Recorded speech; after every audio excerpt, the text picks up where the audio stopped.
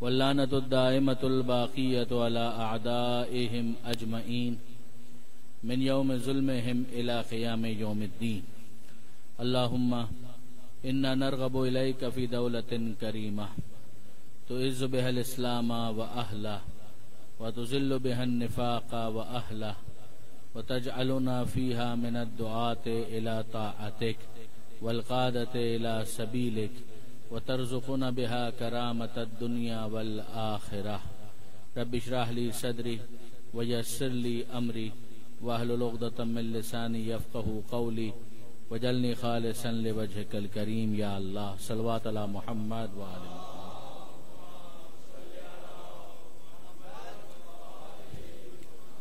اما بعد فقد قال اللہ سبحانہ وتعالی فی القرآن الحکیم یا ایھا الذین آمنوا اتقوا اللہ وکونوا مع الصادقین. صلوات علی محمد وآل محمد.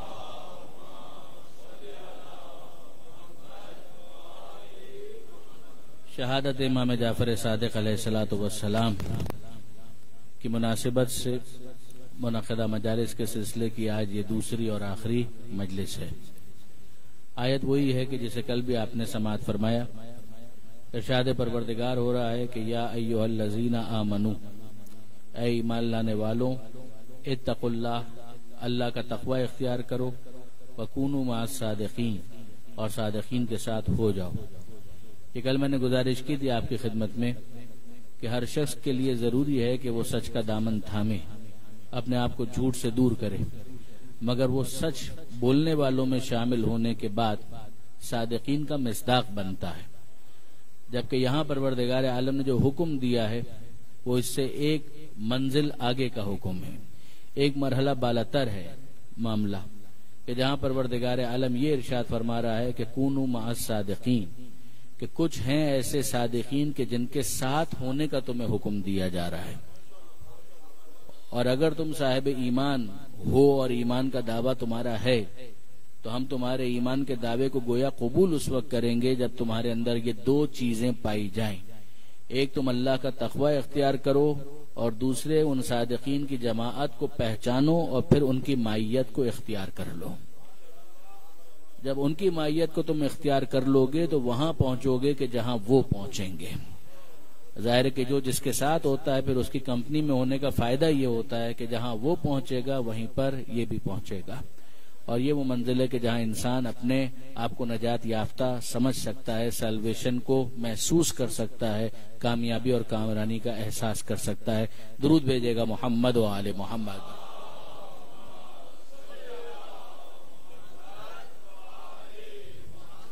امام فخر الدین رازی، ظاہر ہے کہ ان کی تفسیر بہت مشہور ہے، تفسیر کبیر. اس تفسیر کے اندر انہوں نے اس آیت کو ڈسکس کرتے ہوئے ایک بات کہی جس کا خلاصہ یہ ہے کہ یہ جملہ خود قرآن مجید کے اندر پروردگار عالم کا یہ بتا رہا ہے کہ جو صادقین ہیں ان کی مائیت کو اختیار کرنے کا جب حکم دیا جا رہا ہے تو یہ صادقین ایسے ہوں گے کہ جن سے گناہ کا امکان نہ ہو، پھر یہ معصوم ہوں گے.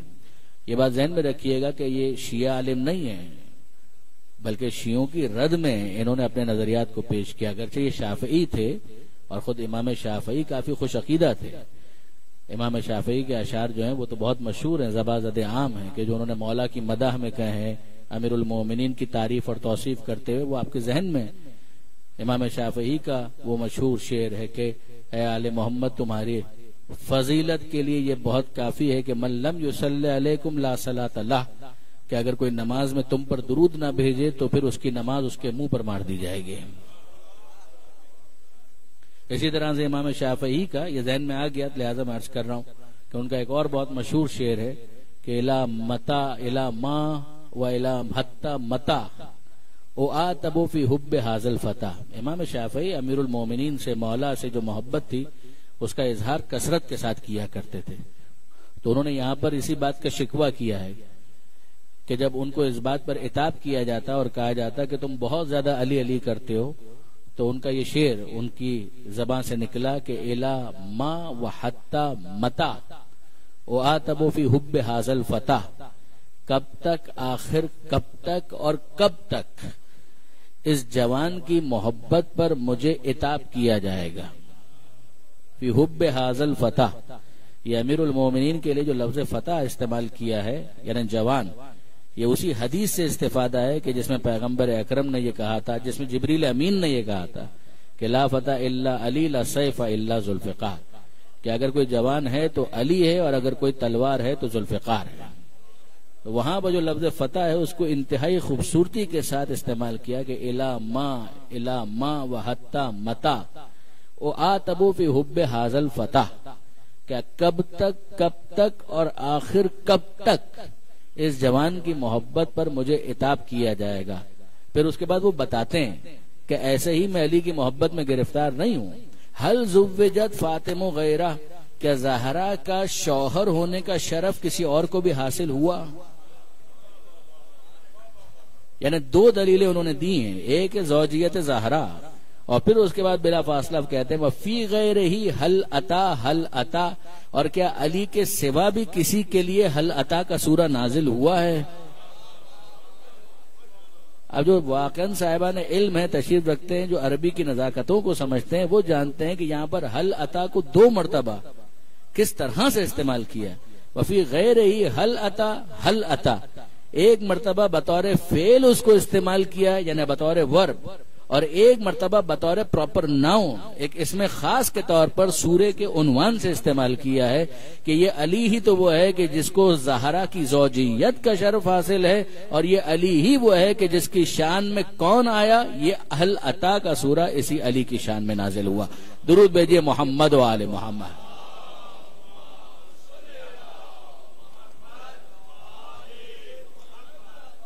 تب وہ امام شافعی، امام فخر الدین رازی، وہ بھی شافعی ہونے کے دعوے دار تھے، اور اس آیت کے ذیل میں بات ہو رہی تھی تو ضمناً بات آ گئی تو میں آپ کی خدمت میں نے اشعار پیش کر دیے امام شافعی کے، مگر امام فخر الدین رازی نے اس پر تبصرہ کرتے ہوئے یہ کہا، اور وہ عام طور پر جو فضائل سے متعلقہ آیتیں ہوتی ہیں اس میں تشکیک کرتے ہیں، اس کو مشکوک بناتے ہیں، اسی لیے مولانا اظہر حسن زیدی علی اللہ مقامہ، وہ جب کبھی امام رازی کا ذکر کرتے تھے رے الف زے اور پھر یہ، تو اس زے کو ذہن میں رکھیے گا، رازی، یہ رازی زے کے ساتھ ہے، مگر وہ یہ کہا کرتے تھے جب کبھی ان کو کوئی ایسا موقع مل جائے کہ جہاں امام رازی نے بھی ایگری کر لیا ہو آل محمد کے فضائل پر، تو وہ کہتے تھے امام رازی نے بڑی مشکل سے راضی ہو کر یہ بات کہی ہے۔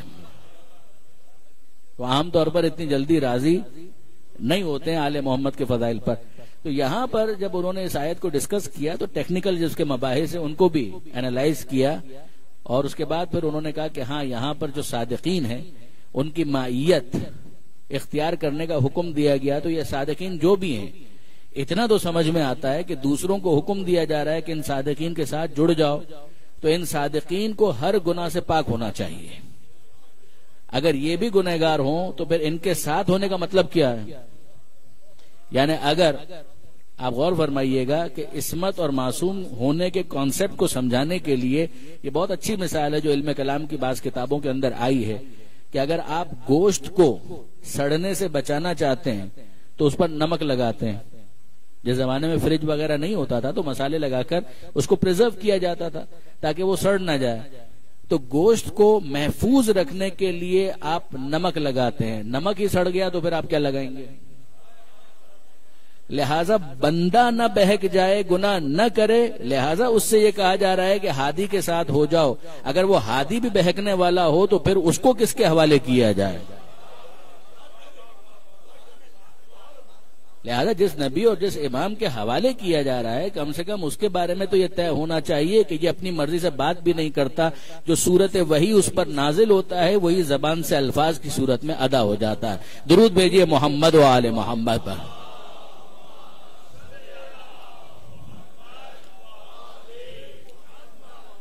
مگر اس کے بعد پھر امام رازی گڑبڑ کرتے ہیں، یہاں تک تو انہوں نے ایک کنکلوژن، ایک نتیجہ دیا، مگر پھر اس کے بعد وہ کہتے ہیں کہ صادقین کا مطلب تو یہی ہونا چاہیے کہ جو گناہ نہ کرنے والے ہوں، وہ معصوم ہوں، ایسوں ہی کو صادقین ہونا چاہیے۔ پھر کہتے ہیں ایسے تو کوئی ہے نہیں، ایسا تو کوئی ہے نہیں، تو پھر صادقین کا مصداق کون ہوگا؟ اگر صادقین کا مصداق ہوں گی پوری امت، اگر کسی بات پر وہ اجماع کر لے تو اسی کو کہا جائے گا مصداق صادقین۔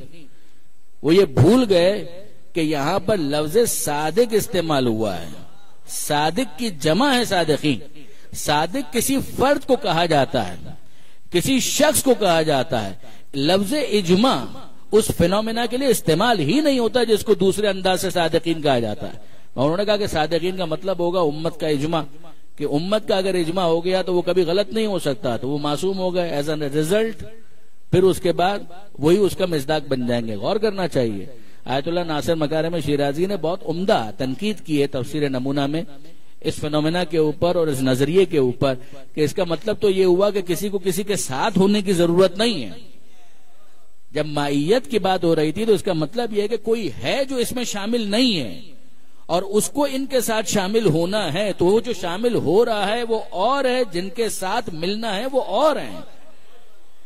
یہاں پر تو ایسا اتحاد کر دیا گیا کہ جس کے نتیجے میں تابع اور متبوع دونوں ایک بن گئے, الگ الگ مصداق ہی نہ رہے. درود بھیجئے محمد و آل محمد پر.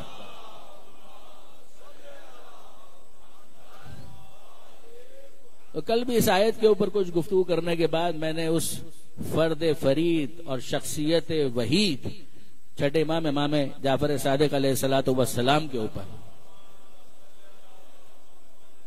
کچھ گزارشات پیش کرنے کا شرف حاصل کیا تھا, اور ظاہر ہے کہ آج بھی نسبت اسی امام کی طرف ہے کہ جس کا وصف بھی صادق ہے اور جس کا لقب بھی صادق ہے. وصف کے اعتبار سے ہر امام صادق ہے, مگر لقب کے اعتبار سے آپ دیکھیں تو یا پیغمبر کو صادق کہا گیا یا ہمارے اس چھٹے امام کو صادق کہا گیا, جن کی شاگردی کا شرف بہت سے افراد کو حاصل رہا, وہ بھی کہ جو اپنے تھے اور وہ بھی جو غیر ثابت ہوئے. وہ بھی آتے تھے اور دسترخوان علمی سے استفادہ کرتے تھے. آپ جانتے ہیں بہت مشہور نام امام مالک, وہ بھی چھٹے امام کے شاگرد تھے. امام ابو حنیفہ وہ بھی چھٹے امام کے شاگردوں میں شامل تھے. اور ان کے علاوہ کتنے ہی افراد, سفیان ثوری, ان میں سے بہت سے وہ افراد ہیں جو بعد میں اپنے اپنے مکتب کے امام کہلائے. یہ الگ بات ہے کہ وہ اہل تھے یا نہیں تھے, میں اس پر تو بحث ہی نہیں کر رہا, کہ بہرحال بندوں کے مقرر کردہ امام اور ہوتے ہیں, خدا کا مقرر کردہ امام اور ہوتا ہے. مگر اتنا ہے کہ ان میں سے بہت سو نے بعد میں اس بات کا اعتراف بھی کیا. مثلا امام ابو حنیفہ کا بہت مشہور وہ جملہ ہے کہ لولا سنتان لہلک النعمان, کہ اگر وہ 2 سال نہ ہوتے کہ جو میں نے جعفر ابن محمد کی شاگردی میں گزارے تو یقیناً میں ہلاک ہو جاتا. ہمیں تو اس سے بھی بحث نہیں ہے کہ اس کے بعد وہ ہلاکت سے بچے یا نہیں, مگر ان کا یہ اعتراف کم سے کم موجود ہے کہ اگر وہ 2 سال نہ ہوتے تو یقیناً نعمان بن ثابت ہلاک ہو جاتا. یہ ان کا نام تھا. ابو حنیفہ تو ان کی کنیت تھی. اور عجیب بات یہ ہے کہ اس حوالے سے ابن تیمیہ نے تشکیک کرنے کی کوشش کی, اس بات کو مشکوک بنانے کی کوشش کی. اور بھی بعض علماء ہیں کہ جنہوں نے اس کے اوپر بحث کی اور کہا کہ صاحب یہ کیسے ہو سکتا ہے. یعنی ابن تیمیہ آپ حضرات کے ذہن میں یقیناً ہوگا, میں تو اپنے نوجوان دوستوں کے لیے گزارش کر رہا ہوں کہ وہابیت کے عقائد کی بنیاد محمد ابن عبد الوہاب کے نظریات ہیں. اسی کی بنیاد پر ان کو کہا گیا وہابی. جو ان کے مخالفین نے ان کو وہابی کہا تو محمد ابن عبد الوہاب کے باپ کی نسبت سے اس کو کہا گیا وہابی, حالانکہ اس کا باپ خود اس کا مخالف تھا. محمد ابن عبد الوہاب کا باپ یعنی عبد الوہاب وہ اپنے بیٹے کا بہت واضح مخالف تھا. یعنی اب ضمناً بات آئی ہے تو یہ بھی عرض کروں کہ ایک پوری تحقیق اس بارے میں بعض علماء نے کی ہے کہ وہ کون کون سے علماء ہیں کہ جنہوں نے اہل سنت ہوتے ہوئے وہابیت کے خلاف کتاب لکھی. اس لیے کہ وہابیت اور اہل سنت یہ الگ الگ ہے. اگرچہ وہابی حضرات جو ہیں وہ خود اپنے آپ کو اہل سنت میں شمار کرتے ہیں, مگر مین اسٹریم جو اہل سنت ہیں وہ وہابیت کو ڈسون کرتے ہیں. پاکستان ہی کے اندر اگر آپ دیکھنا جو بریلوی حضرات ہیں وہ وہابیت کو ڈسون کرتے ہیں. یہ بات کہاں سے کہاں چلی گئی, میں پھر اس کو سمیٹتے ہوئے تیزی کے ساتھ آگے بڑھوں تاکہ بات نامکمل نہ رہ جائے. مگر محمد ابن عبد الوہاب, ان کے والد عبد الوہاب, ان کے ایک بھائی بھی تھے, انہوں نے بھی ان کے خلاف کتاب لکھی. یہ بات یہاں سے نکل آئی کہ وہ جو فہرست ہے کہ جو اہل سنت کے علماء ہیں جنہوں نے وہابیت کے خلاف کتاب لکھی, ان کے اندر خود محمد ابن عبد الوہاب کے بھائی بھی شامل ہیں. بلکہ اگر آپ ابتدائی کتابیں جو وہابی نظریات کے خلاف لکھی گئی ہیں ان کو آپ شمار کریں تو یہ ابتدائی کتابوں میں شمار ہوگی جو محمد ابن عبد الوہاب کے بھائی نے اپنے بھائی کے خلاف کتاب لکھی. مگر محمد ابن عبد الوہاب کے نظریات کا سرچشمہ کیا ہے, میں نے گزارش کی کہ محمد ابن عبد الوہاب کے نظریات وہابی فکر کی بنیاد بنے ہیں، مگر ایک تو یہ ہوتا ہے نا کہ ایک شخص انیشیٹ کرتا ہے، تو کیا محمد ابن عبد الوہاب نے اپنے نظریات کو خود انیشیٹ کیا تھا، خود اس کی بنیاد رکھی تھی؟ جواب جی نہیں، اس نے اپنے نظریات کو لیا تھا ایک اور عالم سے جس کا نام تھا ابن تیمیہ، جسے اپنے زمانے کے اندر پذیرائی نہیں ملی، مگر بعد میں پھر ابن تیمیہ کے نظریات کو اخذ کیا محمد ابن عبد الوہاب نے اور وہابیت کی بنیاد رکھی، اور پھر اس کے بعد اس کی ترویج کر دی گئی، پروپیگیٹ کیا گیا۔ پھر اس کے بعد لوگوں کی جہالت بھی ہے کہ جس کی وجہ سے بہت سو نے اس کو قبول کر لیا، اور پھر بہرحال ریال بھی اپنا اثر تو دکھاتا ہے، تو ریال نے بھی اپنا اثر دکھایا۔ تو عام جو حجروں کے اندر مسجدیں ہوں ان میں جانا اتنا اچھا تھوڑی لگتا ہے، جہاں صاف سنگ مرمر کی مسجدیں نظر آنا شروع ہو جائیں تو پھر بہت سے سادہ لو افراد اس کی طرف اٹریکٹ ہوتے ہیں، تو انہوں نے جا کر وہاں پر مسجد کو بھی اختیار کر لیا اور مسجد میں موجود ملا کے نظریات کو بھی قبول کر لیا۔ اس طریقے سے بہت سے افراد بہرحال اس فکر کے ماننے والے بن گئے۔ ابن تیمیہ نے ایک کتاب لکھی شیعوں کی رد میں۔ ہمارے ایک بہت بڑے عالم گزرے علامہ ہلی علی اللہ مقامہ، ہمارے بہت سے نوجوان دوست ان کی عظمت کو نہیں سمجھ پائے، میں ان کو الزام بھی نہیں دیتا، جب ان کو مختلف پروپیگنڈے کا سامنا کرنا پڑے گا تو وہ کہاں اس عظیم عالم کی عظمت کو سمجھ پائیں گے۔ جو چھٹے امام کے مدرسے سے استفادہ کرنے والے فقہاء ہیں ان میں چند نام ہیں جو بہت زیادہ نمایاں ہیں، ان میں ایک نام علامہ ہلی کا ہے، جنہیں یہ شرف حاصل ہوا کہ وہ نجف کے اندر جوار امیر المومنین ہی میں دفن ہے۔ یہ علامہ ہلی اور ابن تیمیہ، علامہ ہلی کی کتاب اور ابن تیمیہ نے اس کا جواب لکھنے کی کوشش کی۔ ذرا آپ لیول کا تو اندازہ کریں کہ علامہ ہلی نے کیسی کتاب لکھی ہوگی کہ ابن تیمیہ اس کا جواب لکھ رہا ہے، پھر اس کے بعد جواب در جواب اور سلسلہ آگے بڑھا۔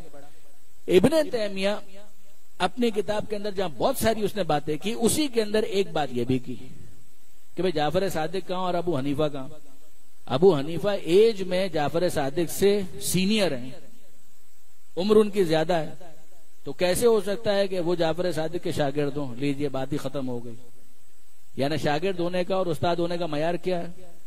ہم تو یہ سمجھ رہے تھے کہ جو صاحب علم ہوتا ہے وہ عالم ہوتا ہے، چاہے اس کی ایج کچھ بھی ہو، مگر ان دوستوں کو یہی سمجھ میں نہیں آیا کہ علم کے حاصل ہونے کا، صاحب علم ہونے کا ایج کے ساتھ کوئی تعلق نہیں ہے۔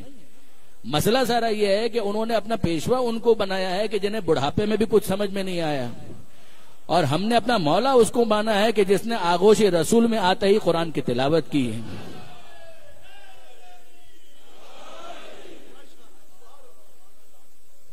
یہ سینیورٹی اور یہ جونیئر ہونے کا معاملہ کہاں سے آ گیا کہ اگر ایج کم ہے تو پھر تو وہ شاگرد ہو سکتا ہے، ایج زیادہ ہو تو پھر وہ شاگرد کیسے ہو سکتا ہے؟ برادران عزیز، صاحب علم ہونے کے لیے ایج کہاں شرط ہے؟ اگر ایک ڈاکٹر ہے اور وہ 25 سال کا ہے تو کیا 50 سال کا بوڑھا کسی 85 سال کے موچی کے پاس علاج کے لیے جائے گا؟ یہ کہہ کر کہ یہ 25 سال کا ہے، اس کے پاس کہاں ڈاکٹری کا علم ہو سکتا ہے؟ تو وہ 85 سال کا موچی ہو مگر علم حاصل کرنے کے لیے، نسخہ لکھوانے کے لیے آپ اس کے پاس جائیں گے؟ تو جس نے جس فیلڈ کے اندر محنت کی ہے اتنا علم اس کے پاس ہے۔ یہ تو عام افراد کا معاملہ ہے، جو پروردگار عالم کی طرف سے علم لدنی کا حامل ہو اس کے علم کے بارے میں کہاں کسی کے اوپر قیاس کیا جا سکتا ہے؟ آپ نے غور فرمایا برادران عزیز، انہوں نے کہا کہ یہ تو ہو ہی نہیں سکتا، کہ کہاں ہو سکتا ہے کہ لولا سناتان، وہ کیوں کہیں گے اس طرح کا جملہ؟ عجیب بات یہ ہے کہ انہیں کہنے میں کسی قسم کا کوئی پرابلم نہیں ہے، آپ کو ماننے میں پرابلم ہو رہا ہے۔ درود بھیجئے محمد و آل محمد پر۔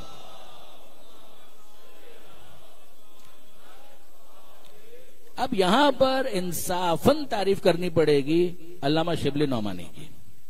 انہوں نے ایک کتاب لکھی جناب امام ابو حنیفہ کے حالات پر، اور اس کتاب کا نام رکھا النعمان، جو ان کا اصل نام تھا نعمان بن ثابت، اسی پر انہوں نے نام رکھا النعمان۔ اور اس کے اندر انہوں نے اس ایشو کو بھی ڈسکس کیا، اور انہوں نے پوری طاقت کے ساتھ ابن تیمیہ کی رد کی۔ انہوں نے کہا کہ یہ ابن تیمیہ کی خیرہ چشمی ہے کہ انہوں نے اس طرح سے گفتگو کی، انہوں نے نہیں چاہیے تھا کہ اس طرح سے وہ بات کرتے کہ ابو حنیفہ کتنے ہی بڑے فقیہ ہوں مگر جعفر صادق کے مقابلے میں ان کا کیا اسٹیٹس ہے، یہ انہوں نے کہا اور لکھا۔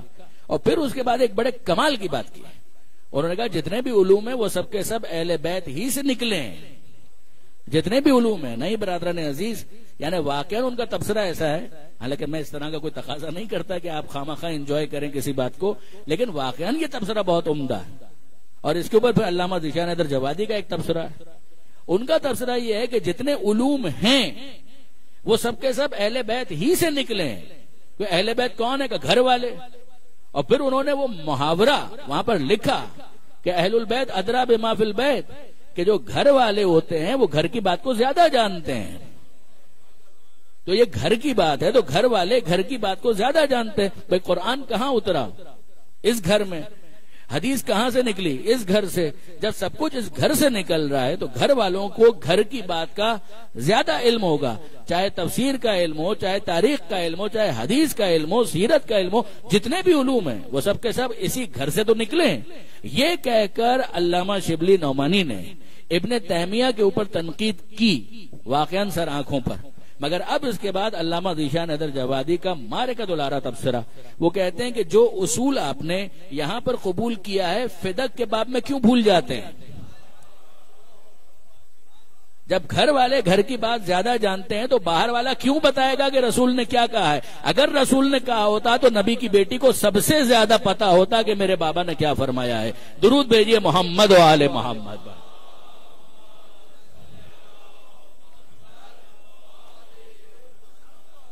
تو اب اس کے اندر یہاں تک تفصیلات اگر آپ دیکھیں تو امام ابو حنیفہ کا شاگردی اختیار کرنا اور اس کے بعد امام کے ساتھ مکالمہ، یہ سب کچھ ملتا ہے، یہ تمام تر چیزیں تفصیل کے ساتھ ملتی ہیں۔ منتهى الاعمال شیخ عباس قمی علی اللہ مقامہ کی بہت عمدہ کتاب ہے، اور بہت عمدہ کتاب کا مطلب ہوتا ہے کہ اوور آل جو اس کا کنٹینٹ ہے بہت اچھا ہے، بعض چیزوں سے اختلاف ہو سکتا ہے مگر اوور آل جو اس کا ٹیکسٹ ہے وہ بہت اچھا ہے، مفصل بھی ہے۔ 2 جلدوں کے اندر انہوں نے اس پر بحث کی، سیرت معصومین کے اوپر، سیرت اہل بیت کے اوپر۔ پھر ایک الگ کتاب انہوں نے لکھی تاریخ الخلفاء پر، اور بہت ساری کتابیں شیخ عباس قمی نے لکھی، اور اتفاق ایسا ہے کہ شیخ عباس قمی بھی جوار امیر المومنین میں نجف ہی کے اندر مدفون ہے۔ علامہ ہلی وہ بھی وہیں پر دفن ہے، شیخ عباس قمی بھی وہیں پر دفن ہے۔ نجف تو علماء کی سرزمین، تو وہاں پر شیخ عباس قمی دفن ہے۔ انہوں نے اپنی کتاب منتهى الاعمال میں بات چھٹے امام کی ہے، مگر اتفاق ایسا ہے کہ 7ویں امام کو ڈسکس کرتے ہوئے جس چیپٹر میں 7ویں امام کی زندگی وہ ڈسکس کر رہے تھے وہاں پر انہوں نے اس واقعے کو لکھا۔ میں اس لیے خاص عرض کر رہا ہوں کہ صاحبان علم اگر اسے تلاش کرنا چاہیں اور چھٹے امام کے چیپٹر میں نہ ملے تو وہ پریشان نہ ہو جائیں۔ 7ویں امام کے چیپٹر میں انہوں نے اس واقعے کو نقل کیا، لکھا، اور وہ کیا تھا؟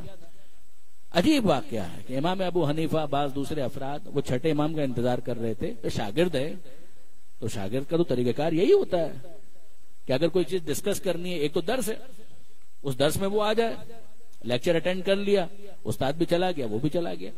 اب اس کے بعد کوئی خاص موضوع ہے کہ جس کے اوپر ڈسکشن کرنا ہے تو الگ سے ٹائم لیا جاتا، تو یہ انتظار کر رہے تھے کہ ابھی جعفر صادق نکلیں گے تو ان سے کچھ چیزیں پوچھیں گے، وہ بھی تھے، کچھ اور افراد بھی تھے جو وہاں پر انتظار کر رہے تھے۔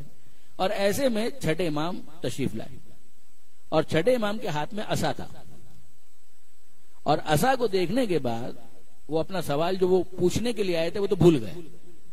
انہوں نے عصا کو دیکھ کر ایک تبصرہ کیا اور یہ کہا کہ فرزند رسول آپ کی ایج ابھی اتنی زیادہ تو نہیں ہے کہ آپ کو عصا کی ضرورت پڑے، یعنی آپ ابھی اتنے بوڑھے تو نہیں ہوئے ہیں کہ آپ کو عصا کی ضرورت پڑے، تو خیریت کوئی خاص حکمت ہے عصا کو ہاتھ میں رکھنے کی؟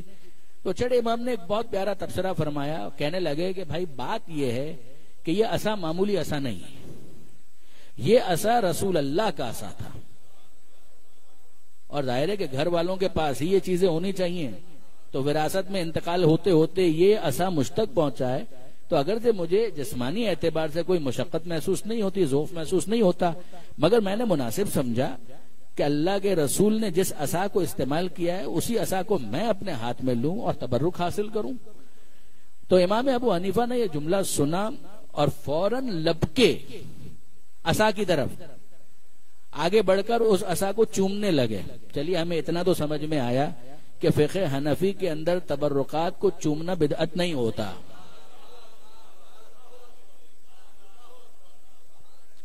تو چومنے لگے، جو انداز ہوتا ہے احترام کا وہ کرنے لگے۔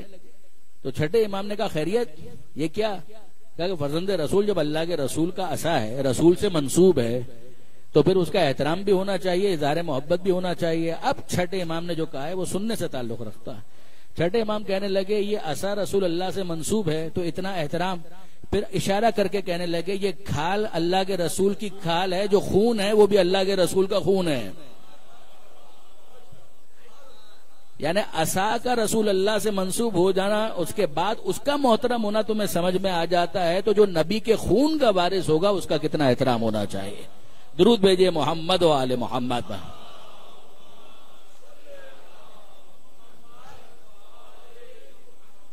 یہ برادران عزیز اس زمانے کے جو واقعات اور اس زمانے کے جو حالات ہیں وہ بہت عجیب ہیں۔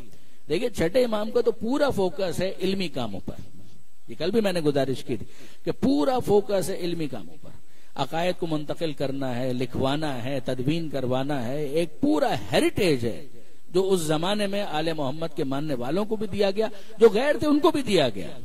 وہ اسے استفادہ کتنا کرتے ہیں وہ الگ بحث ہے، مگر اس زمانے میں جو موضوعات ہیں ان کے اندر ایک تنوع ہے، ایک ڈائیورسٹی ہے، ایک ویریشن ہے جو ہمیں نظر آتا ہے کہ مختلف موضوعات۔ یہ بھی یاد رکھیے گا یہ اس زمانے کے اندر، بلکہ علم کلام آیت اللہ شہید مرتضی مطہری علی اللہ مقامہ، ان کی جو کتاب ہے تعارف علوم اسلامی، میں اپنے نوجوان دوستوں کو تاکید کرتا ہوں کہ اس کتاب کا مطالعہ ضرور کریں۔ اس کتاب کے اندر شہید مطہری نے جو مختلف علوم اسلامی ہیں ان کا ایک انٹروڈکشن اوور آل دیا ہے، اور بہت ایلیکوینٹلی دیا ہے، ٹو دا پوائنٹ دیا ہے، پریسائسلی دیا ہے۔ علم منطق کو بھی ڈسکس کیا ہے، اصول فقہ کو بھی ڈسکس کیا ہے، فقہ کو بھی ڈسکس کیا ہے، فلسفے کو بھی ڈسکس کیا ہے۔ ان تمام موضوعات کے اوپر سیر حاصل بحث کی۔ علم کلام اس کو بھی ڈسکس کیا۔ وہاں علم کلام کو ڈسکس کرتے ہوئے آغا مطہری نے اس بات کو بیان کیا کہ غالباً جو پہلا مسئلہ علم کلام کے اندر جو عام افراد ہیں ان کے درمیان ڈسکس ہوا وہ جبر و اختیار کا مسئلہ تھا، جو علم کلام کا مارکۃ العارہ مسئلہ بن گیا، اور جس کو پھر بہت سو نے پروپیگیٹ کیا۔ دیکھیے برادران، کسی چیز کا ایک نیچرل ایوالو ہونا وہ ایک الگ چیز ہے۔ نیچرلی کچھ چیزیں ایوالو ہوتی ہیں کہ آپ پڑھ رہے ہیں، لکھ رہے ہیں، مطالعہ کر رہے ہیں، آبزرو کر رہے ہیں، ایک سوال ہے جو آپ کے ذہن میں آیا، دوسرا شخص ہے ویسا ہی ایک سوال اس کے ذہن میں آیا، دونوں آپس میں ملے، انہوں نے بیٹھ کر ڈسکس کیا، ایک کنکلوژن ڈرا کیا، نتیجہ نکالا، کسی نے ایگری کیا، کسی نے ڈس ایگری کیا۔ یہ ایک علمی فضا کے اندر ہوتا ہے۔ پھر اس کے بعد کچھ چیزیں ایسی ہوتی ہیں کہ جن کو پروموٹ کیا جاتا ہے، جن کو پروجیکٹ کیا جاتا ہے خاص ایجنڈا کے تحت۔ یہ جبر و اختیار کے بارے میں ایک بحث تو بڑی نیچرل ہے کہ انسان مجبور ہے یا اس کے پاس اختیار ہے، وہ کتابیں کھول رہا ہے، قرآن پڑھ رہا ہے، بعض آیتیں ایسی نظر آ رہی ہیں، بعض آیتیں ویسی نظر آ رہی ہیں، کچھ کنفیوژن ذہن میں آتا ہے، پھر اس کے بعد کچھ آیتیں ملتی ہیں جو ان کو سالو کرتی ہیں، پھر نہیں سمجھ میں آیا تو معصوم کے پاس گیا، اس کو حل کروا لیا۔ یہ ایک بڑا نیچرل طریقہ ہے، اس میں کوئی پرابلم نہیں۔ سوال کا آنا بھی ٹھیک ہے، اس کا جواب مل جانا بھی ٹھیک ہے، اور اس کے نتیجے میں اس مشکل کا حل ہو جانا بھی ٹھیک ہے۔ ایجنڈا جب کوئی چیز بن جائے تو پھر اس کی ترویج کا کوئی خاص مقصد ہوتا ہے۔ مثلا اگر آپ اس بحث کو دیکھیں، جبر و اختیار کی بحث، اس کو بنو امیہ اور بنو عباس دونوں نے پروموٹ کیا ایک ایجنڈے کے تحت۔ بنو امیہ کا ایجنڈا کیا ہے، بنو عباس کا ایجنڈا کیا ہے؟ دونوں کا ایجنڈا ایک ہے، دونوں ایک دوسرے کے خلاف، دونوں نے ایک دوسرے کو کاٹا ہے، مارا ہے، سب کچھ کیا ہے۔ کل کچھ اشارہ بھی ہوا تھا اس کے اوپر، مگر اب اگر آپ اس مسئلے کے اندر دیکھیں، یہ کامن ڈینومینیٹر ہے، دونوں کے دونوں اس بات پر متفق ہے کہ عوام کے درمیان اس فکر کو رائج کیا جائے کہ انسان کے اختیار میں ہے کیا، انسان کے ہاتھ میں کیا ہے، کچھ بھی نہیں۔ یعنی پتا بھی اللہ کی مرضی کے بغیر ہل نہیں سکتا، تو بندہ کیا ہلے گا؟ یہ ایجنڈے کے تحت اس کی ترویج کیوں ضروری ہے کہ ویسے ہی ہم نے عوام کو اتنا پیس کر تو رکھا ہے، کوئی کیا بولے گا، کوئی کیا صدا بلند کرے گا۔ لیکن پھر بھی اگر کسی کے ذہن میں یہ خیال آئے کہ ان حکمرانوں کا کردار دیکھو، شرابے یہ پی رہے ہیں، جھوٹے یہ ہیں، مکار یہ ہیں، بدکار یہ ہیں، بد کردار یہ ہیں، یہ ہمارے حاکم، تو جیسے ہی اگر کسی کے ذہن میں یہ سوال آئے تو فوراً اس کے سامنے اس بات کو پیش کیا جائے کہ وہ پتا بھی خدا کی مرضی کے بغیر نہیں ہل سکتا، تو انسان کیا ہلے گا؟ تو یہ حاکم جو کچھ بھی کر رہے ہیں وہ سب کا سب اسی لیے کہ خدا ان سے یہ کروانا چاہتا ہے۔ اس فکر کے نتیجے میں کہ حاکم کے اوپر کوئی ذمہ داری نہیں، ساری ذمہ داری خدا کے اوپر، بندے کے ہاتھ میں کیا ہے، بندے کے اختیار میں کیا ہے، کچھ بھی تو نہیں ہے۔ تو یہ بنو امیہ والے جو سب کچھ کر رہے تھے وہ بھی اپنی مرضی سے نہیں کر رہے تھے، تو بنو عباس والوں نے تلوار کیوں نکالی؟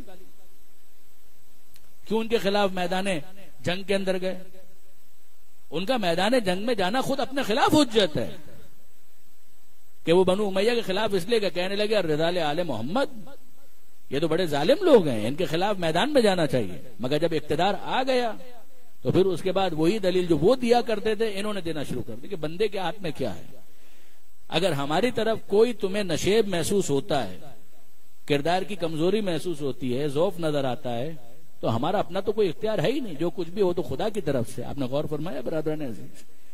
عمر خیام کا غالباً بہت مشہور ایک شعر ہے جس کا اردو میں خلاصہ یہ ہے، اسی جبر کی ترویج کے لیے اس نے ایک جملہ کہا، اور یہ جملہ یہ تھا، شعر یہ تھا اس کا خلاصہ، کہ میں شراب پیتا ہوں، توجہ کیجئے گا، میں شراب پیتا ہوں کیونکہ علم خدا میں ہے کہ میں شراب پیوں گا، تو شراب چھوڑ کر میں علم خدا کو غلط ثابت نہیں ہونے دینا چاہتا۔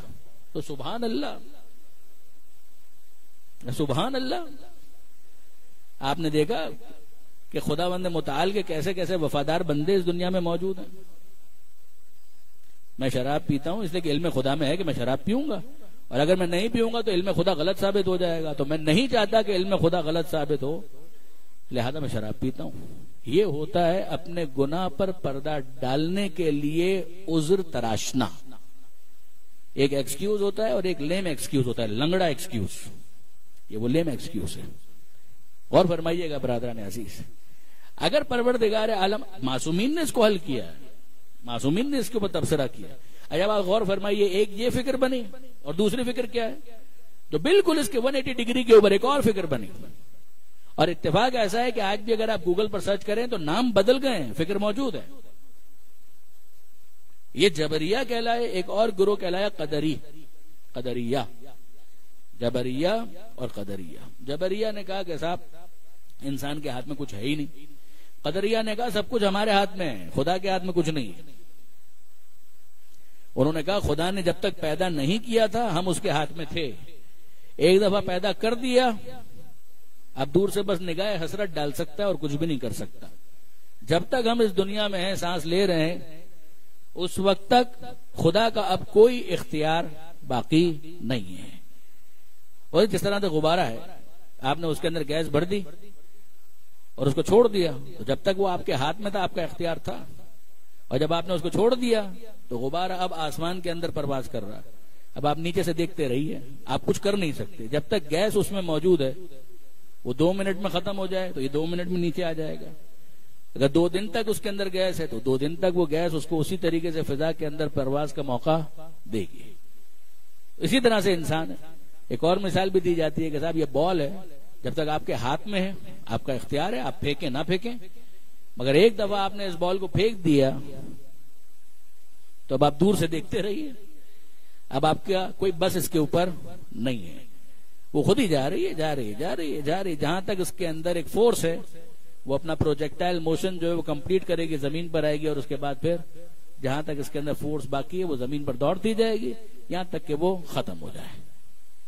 تو انسان کا معاملہ بھی یہی ہے۔ اب آپ نے غور کیا، دیکھ 180 ڈگری کے اوپر، ایک کہ انسان کا کوئی اختیار نہیں، اور دوسرے نے کہا کہ انسان ہی کا تو اختیار ہے، خدا کا کوئی اختیار نہیں۔ اچھا، انہوں نے کہا کہ خدا کی مرضی کے بغیر پتا بھی نہیں ہل سکتا، یہ بھی لگتا ہے کہ بڑا اپیلنگ ہے، اور دوسری طرف کہ انہوں نے کہا کہ خود بتائیے، انصاف سے بتائیے کہ کیا خدا چاہتا ہے کہ ہم شراب پئیں؟ اگر وہ چاہ رہا ہوتا تو منع کیوں کرتا؟ اس نے منع کیا ہے، اور پھر اس کے بعد پینے والے پی رہے ہیں۔ اس کا مطلب یہ ہے کہ خدا کا کوئی اختیار نہیں ہے، بندے کا اختیار ہے۔ غور فرمایا آپ نے؟ کیا خدا چاہتا ہے کہ چوری کی جائے؟ کہا نہیں۔ کیا بندے چوری کرتے ہیں؟ جی ہاں، دلیل ہے اس بات کی کہ خدا کا کوئی اختیار نہیں ہے، بندے کا اختیار ہے۔ وہ دلیل بھی بڑی مستحکم لگتی ہے اور یہ دلیل بھی بڑی مستحکم لگتی ہے۔ اب آپ غور فرمائیے، یہ ہے معصوم کی ضرورت پر سب سے بڑی دلیل کہ ہر زمانے کے اندر کوئی ایسا نمائندہ پروردگار تو ہو جو خود اپنی زبان سے اظہار حق کر دے، یا کچھ ایسے افراد تیار کر دے جو اس کی نمائندگی میں احقاق الحق کریں، ابطال باطل کریں۔ اب آپ غور فرمائیے برادران عزیز، میں نے عرض کیا آپ کی خدمت میں کہ ویسے اگر آپ دیکھیں یعنی ایجنڈا میں نے آپ کے سامنے رکھ دیا، میں آتا ہوں اس کی طرف. ویسے اگر آپ دیکھیں تو امام کا طریقہ کار کیا ہے کہ دربار کو اگنور کرو. کیوں اپنا وقت وہاں پر ضائع کیا جائے؟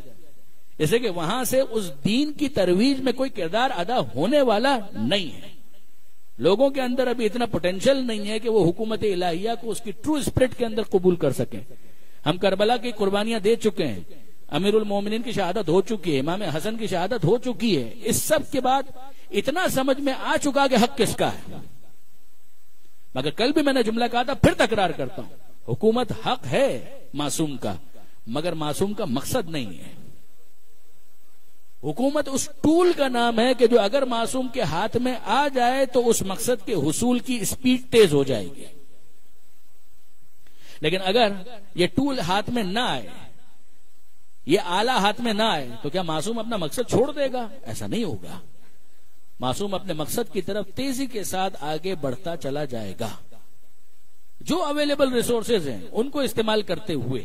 اب آپ غور فرمائیے، ایک طرف ہم دیکھتے ہیں منصور دوانقی ابو العباس صفا کے بعد دوسرا بنو عباس کا بادشاہ ہے، اور وہ چاہتا ہے کہ کسی طریقے سے چھٹے امام پر نظر رکھے، چھٹے امام کو قابو میں رکھے، پیغام بھجوائے. دیکھیے دربار کے اندر علماء کی ایک ٹیم عام طور پر بادشاہوں کے زمانوں میں ہوا کرتی تھی، آج بھی ہوتی ہے، نام بدل گئے مگر اس طرح کی ٹیمیں ہوا کرتی ہیں کہ بادشاہ سلامت تو کسی قابل نہیں ہے کہ بتا سکیں کہ اس دینی مسئلے کا کیا حل ہے. تو ایسے وظیفہ خار تو ہونے چاہیے جو بتا سکے کہ کیا اس کا حل ہے، تو وہ رکھتے ہیں. اب وہ چاہتا ہے کسی طریقے سے چھٹے امام کو بھی آن بورڈ لے. ایک تو یہ کہ یہاں پر آ جائیں اور اس کے نتیجے میں کسی قسم کی کوئی موومنٹ وہ لانچ نہ کریں. کبھی مت فراموش کیجئے گا، کل بھی میں نے عرض کیا تھا کہ آل محمد کے نام پر بنو عباس نے اقتدار حاصل کیا ہے، تو سب سے زیادہ خطرہ کن سے ہوگا؟ آل محمد سے، کہ ان کے نام پر ہم غیر ہوتے ہوئے ایک موومنٹ چلاتے ہیں اور ہم کامیاب ہو جاتے ہیں. اگر یہی ہمارے مقابلے پر آ گئے تو ہمارا بنے گا کیا؟ یہ بہت بڑا ایشو ان کے ذہن میں ہمیشہ سے تھا. تو اس نے باقاعدہ پیغام بھجوایا منصور دوانقی نے. اور کیا پیغام بھجوایا؟ کہ فرزند رسول جس طرح سے سب میرے پاس آتے ہیں، جبر اور اختیار کی بحث وہ ابھی میں ٹچ کر رہا ہوں، اس کو ذرا سنیے گا کہ فرزند رسول کیا وجہ ہے کہ جس طرح سے سب میرے پاس آتے ہیں آپ کیوں نہیں آتے؟ ابو زہرہ مصری نے اپنی کتاب جو چھٹے امام کے بارے میں لکھی ہے، وہ شیعہ نہیں ہے، اس نے بھی اس کو کوٹ کیا کہ جب منصور نے یہ کہا کہ فرزند رسول کیا وجہ ہے کہ جس طرح سب میرے پاس آتے ہیں آپ کیوں نہیں آتے، تو چھٹے امام نے کیا جواب دیا؟ نہ میرے پاس دنیا ہے جس کے خوف سے تیرے پاس آؤں، نہ تیرے پاس آخرت ہے جس کی امید میں تیرے پاس آؤں، نہ یہ خلافت کوئی نعمت ہے کہ مبارکباد دینے کے لیے آؤں، نہ تو اسے مصیبت سمجھتا ہے کہ تعزیت کے لیے آؤں. تو پھر آنے کی وجہ کیا ہو سکتی ہے؟ تو اس نے پھر واپس دوسرا اندر، یعنی جملہ بہت قیمتی ہے چھٹے امام کا کہ نہ میرے پاس دنیا، یعنی وہ دنیا کہ جس کے لیے مجھے خوف ہو کہ بادشاہ چھین لے گا، تو وہ تو ہے نہیں، میں نے اپنے پاس رکھا ہی نہیں اس کو کہ جس کے خوف سے میں تیرے پاس آؤں. نہ تیرے پاس آخرت ہے. دوسرا ریزن کیا ہو سکتا ہے آنے کا؟ کہ بھئی تو کوئی ولی اللہ ہوتا تو میں تیرے پاس آتا، تو تیرا اسٹیٹس کیا ہے تجھی کو معلوم ہے. نہ تیرے پاس آخرت ہے کہ جس کی امید میں تیرے پاس آؤں، نہ یہ خلافت کوئی نعمت ہے، غصب کا مال ہے چھینا ہوا، تو یہ کوئی نعمت تو ہے نہیں کہ میں تجھے مبارکباد دینے کے لیے آؤں. کسی گھر میں ولادت ہو آپ مبارکباد دیں گے، نوکری لگ جائے آپ مبارکباد دیں گے، کوئی اور انعام مل جائے آپ مبارکباد دیں گے. کہ یہ خلافت کوئی نعمت تو ہے نہیں کہ تجھے مبارکباد دینے کے لیے آؤں. یہی ہوتا کہ تو اسے مصیبت سمجھتا تو میں تعزیت کے لیے آتا، مگر تو اسے مصیبت نہیں سمجھتا تو تعزیت کے لیے بھی آنے کی کوئی گنجائش نہیں ہے. اس نے پینترا بدلا، اس نے دوسرا جملہ کہا. اس نے کہا آپ نصیحت کے لیے میرے پاس آیا کریں، آپ نصیحت کے لیے میرے پاس رہیں، نصیحت کے لیے میرے پاس آیا کریں. امام نے کہا جیسے دنیا عزیز ہوگی وہ تجھے نصیحت نہیں کرے گا، اور جیسے آخرت عزیز ہوگی وہ تیرے ساتھ نہیں رہے گا. درود بھیجیے محمد و آل محمد.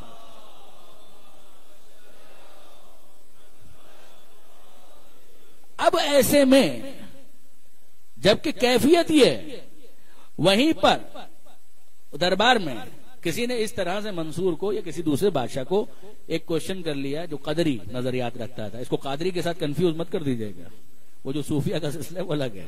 یہ قدری الف کے بغیر کہ وہاں پر کسی نے سوال کر لیا، اور پھر وہ والی بات کہ بھائی ان میں سے تو کسی کو یہ جو وظیفہ خوار ہمارے علماء ہیں ان کو تو نہیں معلوم، سب کے سب خاموش ہیں۔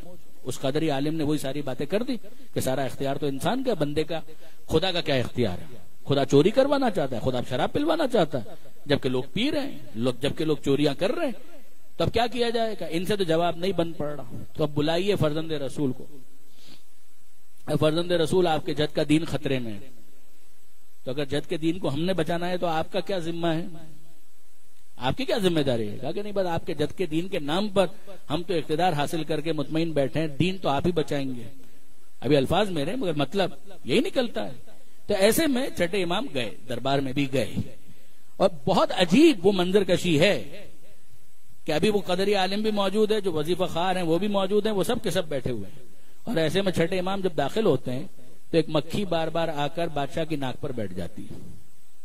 ایک مرتبہ اس نے ہٹایا، پھر وہ آ کر بیٹھ گیا۔ مکھی تو مکھی ہے، اس کو آپ تلوار سے ڈرائیں گے کہ تو کیوں میری ناک پر آ کر بار بار بیٹھ جائے؟ تو بیٹھ رہی ہے، اس کو بھی پتا ہے کہ کہاں پر مجھے بیٹھنا چاہیے، وہ بیٹھ گئی، بار بار وہ آ کر بیٹھ رہی ہے۔ تو ایسے میں جب چھٹے امام تشریف لائے تو منصور بادشاہ جو ہے وہ اپنا سوال بھول گیا، اور اس نے کہا فرزند رسول پہلے تو مجھے یہ بتائیے کہ خدا نے اس مکھی کو کیوں پیدا کیا؟ تو امام نے بڑا پیارا جواب دیا تاکہ بادشاہ کو اس کی اوقات کا پتہ چل جائے۔ برجستہ فرزند رسول مکھی کیوں پیدا کیا؟ بادشاہ کو اس کی اوقات کا تو پتہ چلے کہ لوگوں کے اوپر بادشاہت کر رہا ہے، مکھی پر بھی حکم نہیں چلتا۔ کہ اس کے بعد اب دوسرا مسئلہ، فرزند رسول چلیے، اس کو تو اگنور کیا اس نے، اور کہا کہ یہ جو قدری عالم یہاں پر موجود ہیں ان کے سوال کا تو جواب دیجئے، یہ تنگ کر کے رکھا ہوا ہے اس نے۔ کیا سوال ہے؟ تو سوال یہ ہے کہ سارا اختیار انسان کا ہے، خدا کا کچھ بھی نہیں ہے۔ تو امام نے کہا اچھا پڑھے لکھے بھی ہو یا نہیں؟ اوفینڈڈ فیل کیا اس نے کہ میں پڑھا لکھا ہوں، کہ بہت کچھ آتا ہے مجھے، قرآن بھی پڑھا ہے، کہ پورا قرآن آتا ہے، کہ سورہ فاتحہ سناؤ۔ اب آپ اندازہ کر سکتے ہیں کہ جس کا دعویٰ یہ ہو کہ میں بہت پڑھا لکھا ہوں تو وہ کیسا فیل کرے گا اگر اس سے یہ کہا جائے کہ ذرا سورہ فاتحہ تو سنانا۔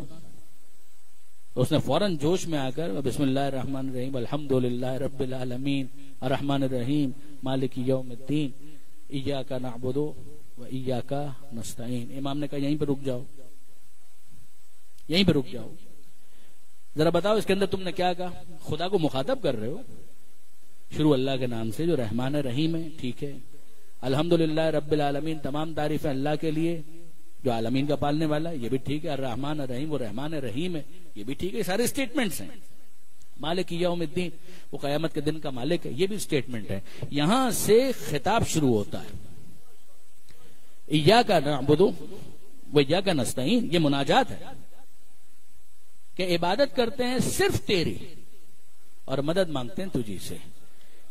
امام نے کہا یہی اس کا مطلب ہے، کچھ اور تو نہیں ہے؟ کہا کہ نہیں یہی مطلب ہے۔ علماء کرام تشریف فرمائے ایاک مقدم کیا ہے مفعول کو، اور نستعین جو فعل ہے اس کو بعد میں لے کر آئے مؤخر، تو حصر کے ساتھ کہ تجھ سے مدد مانگتے ہیں۔ کہ اختیار تو اس کا کچھ ہے نہیں تو مدد کس لیے مانگ رہے ہو؟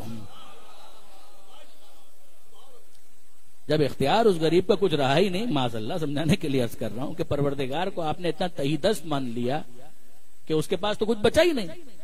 یا تو تم کہو گے میں مسلمان نہیں ہوں تو پھر ہم اور انداز سے بات کریں، یہ ذہن میں رکھیے گا کہ جب گفتگو ہوتی ہے تو یہ دیکھا جاتا ہے کامن گراؤنڈ کیا ہے۔ اگر مسلمان سے گفتگو ہے تو قرآن کی آیت کو دلیل کے طور پر پیش کیا جائے گا، اگر کوئی ملحد ہوگا تو قرآن کی آیت نہیں پیش کی جائے گی، کائنات کی آیتوں کو پیش کیا جائے گا، انداز بدل جائے گا، کیونکہ جو چیز انسان کی آبزرویشنل رینج میں ہے پھر وہ اس کے لیے دلیل بن سکتی ہے۔ لیکن اگر ایک انسان کہے کہ میں مسلمان ہوں تو امام کو حق ہے کہ جب مسلمان ہو سورہ فاتحہ پڑھا ہے؟ کہا کہ ہاں پڑھا ہے۔ کہ اس آیت کا مطلب کیا ہے؟ ایاک نستعین، تجھی سے مدد مانگتے ہیں۔ جب اس کا کوئی اختیار ہی نہیں ہے تو مدد مانگنے کا کیا مطلب ہے؟ آپ نے غور فرمایا؟ یہ ان کو جواب ہو گیا، اور ان کو کیا جواب ہوا؟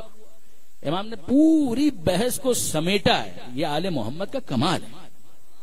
یعنی یہاں پر اسلام آباد ہی سے ایک کتاب چھپی جو بہت اچھی کتاب ہے، پاکستان کے دینی مسالک، اس کے اندر آپ مختلف جو مسالک ہیں ان کے جو نظریات ہیں ان کا خلاصہ اس کے اندر ثاقب اکبر صاحب نے لکھا، اچھا لکھا، بعض چیزوں سے اختلاف ہو سکتا ہے مگر کتاب اچھی ہے۔ اس کے اندر جبر و اختیار کے بحث میں آپ 90% دیکھیں گے، یعنی شیعہ جو علماء نے کہا اس کو تو چھوڑ دیجئے، وہ تو سب کچھ آل محمد ہی سے لے رہے ہیں، مگر جو غیر ہیں، جو براہ راست شیعان علی میں، شیعان امام صادق میں شمار نہیں ہوتے، ان سے بھی جب جبر و اختیار کے بارے میں پوچھا گیا، پاکستان کے علماء کی بات کر رہا ہوں، تو ان سب نے تقریباً 90% یک زبان ہو کر کہا کہ نہ جبر ہے نہ اختیار، نہ پوری طرح سے مجبور ہیں، نہ 100% اختیار ہے، معاملہ درمیان کا ہے، اور یہ چیز ہم نے لی ہے اس امام سے جس کا نام ہے جعفر صادق۔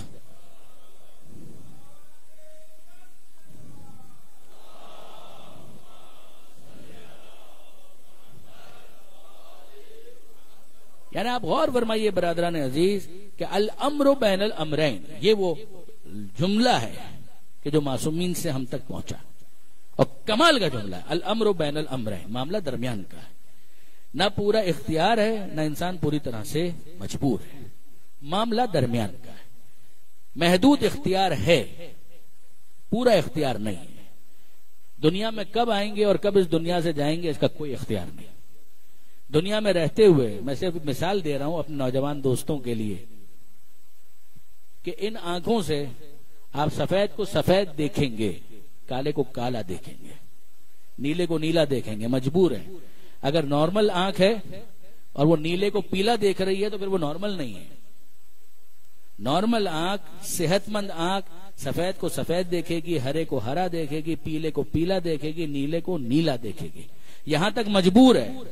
اور جب مجبور ہے تو نہ ثواب کی کوئی گنجائش ہے نہ عذاب کی کوئی گنجائش ہے۔ سفید کو سفید دیکھنے پر کوئی ثواب نہیں ہے، نیلے کو نیلا دیکھنے کے اوپر کوئی عذاب نہیں ہے، یہ مجبوری ہے۔ مگر اختیار کہاں سے شروع ہوتا ہے؟ ان آنکھوں سے آپ کی مرضی ہے، آپ نامحرم کو دیکھیں یا محرم کو دیکھیں، اور وہیں سے اختیار شروع ہو جاتا ہے۔ آپ غور فرمائیے، النظر الی وجہ علی عبادہ، علی کے چہرے کی طرف نظر کرنا عبادت ہے، یہ اختیار ہے کہ ان کو دیکھیں یا ان کے کسی مخالف کو دیکھیں جو اس زمانے میں تھے۔ ماں باپ کے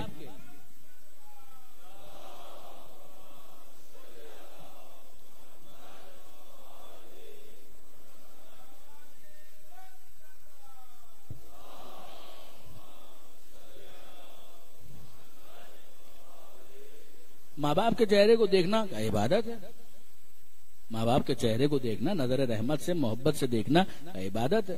آپ نے غور فرمایا جہاں انسان مجبور ہے نہ وہاں پر ثواب کی بحث ہو سکتی ہے نہ عذاب کی بحث ہو سکتی ہے۔ آپ ان کانوں سے باریک آواز کو باریک سنیں گے، بھاری آواز کو بھاری سنیں گے، کچھ لکھا ہوا ہے؟ اچھا درود بھیجے گا محمد و آل محمد۔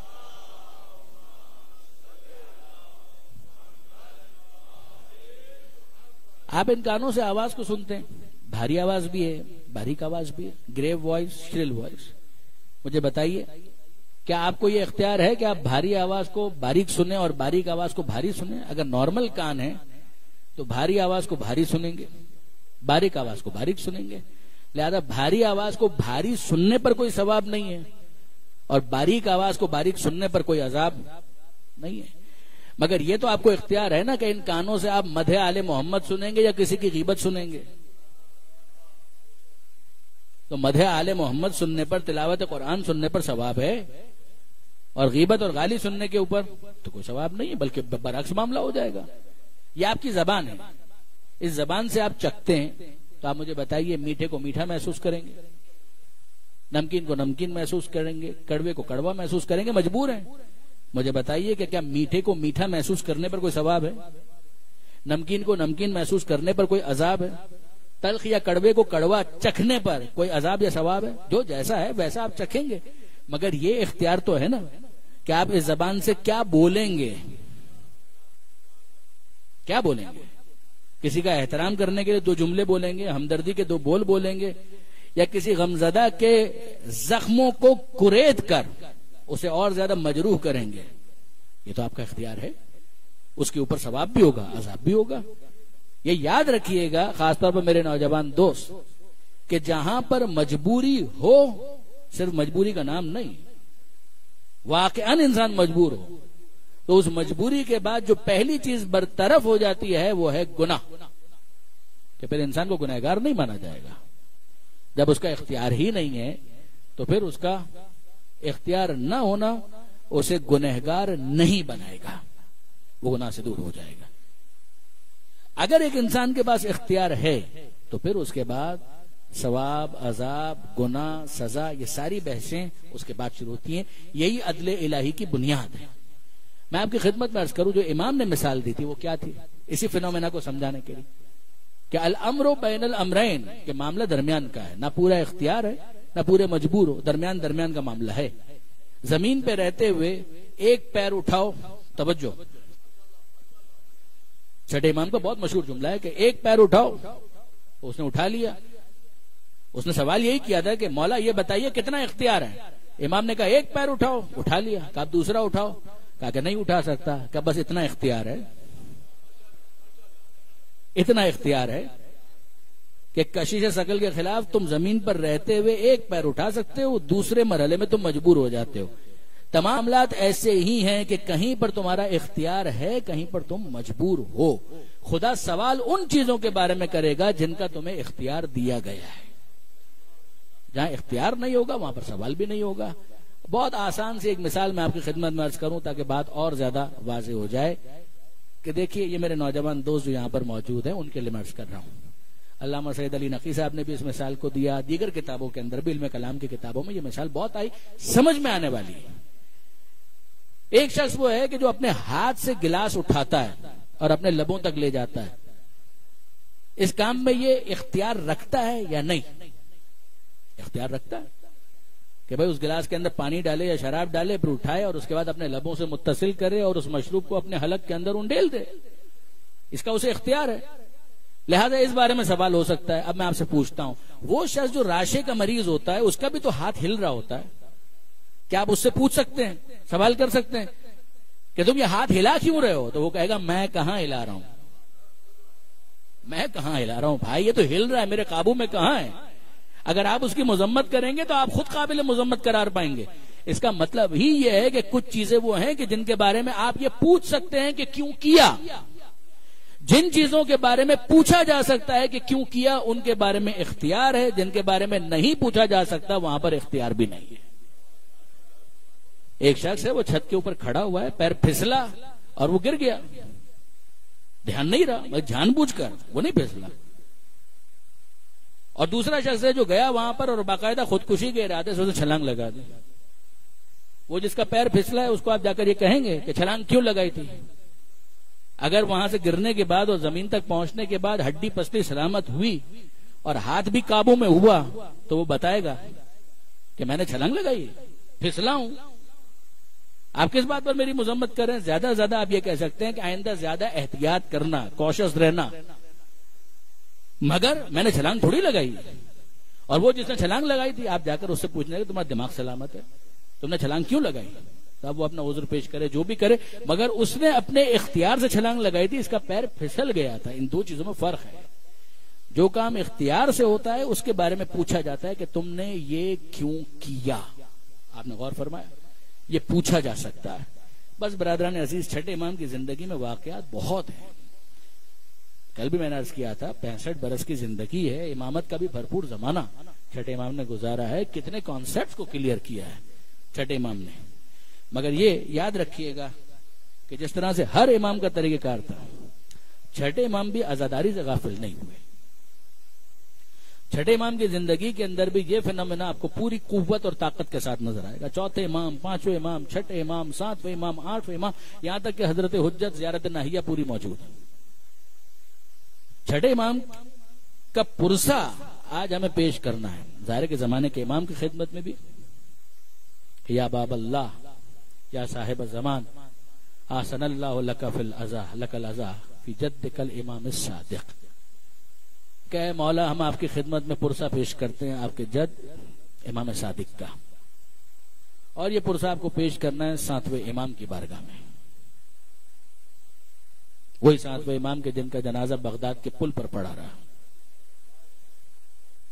ویسے تو تمام خاندان اہل بیت کو پرسہ ہے، جناب سیدہ کو پرسہ ہے، میں خاص طور پر یہ دو بیٹے، ایک وہ جو زمانے کا امام ہے ہمارے، اور ایک جو بلا فاصلہ چھٹے امام کے فرزند جناب امام موسی کاظم، ان دونوں کی بارگاہ میں ہمارا پرسہ کہ مولا ہمارا یہ پرسہ قبول کیجیے، ہماری یہ تعزیت قبول کیجیے۔ ہم آپ کے بابا آپ کے جد کے غم میں اشک بہانے کے لیے یہاں پر حاضر ہوئے ہیں، مگر وہ چھٹے امام خود اپنی زندگی کے اندر خود اپنے جد امام حسین کی عزاداری سے کبھی غافل نہیں رہے۔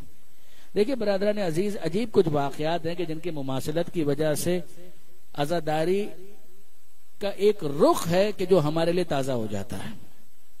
چھٹے امام کے گھر کو بھی آگ لگائی گئی۔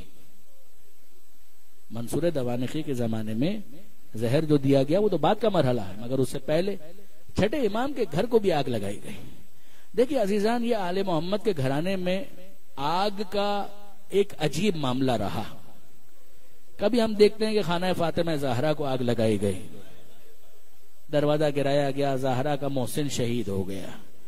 کبھی ہم دیکھتے ہیں کہ کربلا کے اندر عاشورہ میں شام غریبہ میں خیموں کو آگ لگائی گئی، اور کبھی ہم دیکھتے ہیں کہ چھٹے امام کے گھر کو مدینہ منورہ کے اندر آگ لگائی گئی کہ یہی مرکز علم ہے، یہی مرکز ہدایت ہے، اسی کو آگ لگا دی جائے۔ اور پھر عجیب بات یہ ہے کہ چھٹے امام، یعنی بعض علماء نے یہ عجیب انداز سے اس کو روایت کیا ہے کہ چھٹے امام نے جب آگ لگتی ہوئی دیکھی تو ایک انسان کا نیچرل ریئیکشن کیا ہونا چاہیے؟ ظاہر ہے کہ وہ اپنے گھر والوں کو بچانے کی کوشش کرے گا۔ چھٹے امام نے یہ سارے کام انجام دیے، بعض ساتھی بھی موجود تھے، مگر جب کچھ محسوس کیا کہ ہاں گھر والے کچھ محفوظ ہو گئے، اب گھر تو جل رہا ہے، مگر ایسے میں چھٹے امام ایک جگہ بیٹھ گئے ٹیک لگا کر اور آنسو بہانے لگے، گریا کرنے لگے۔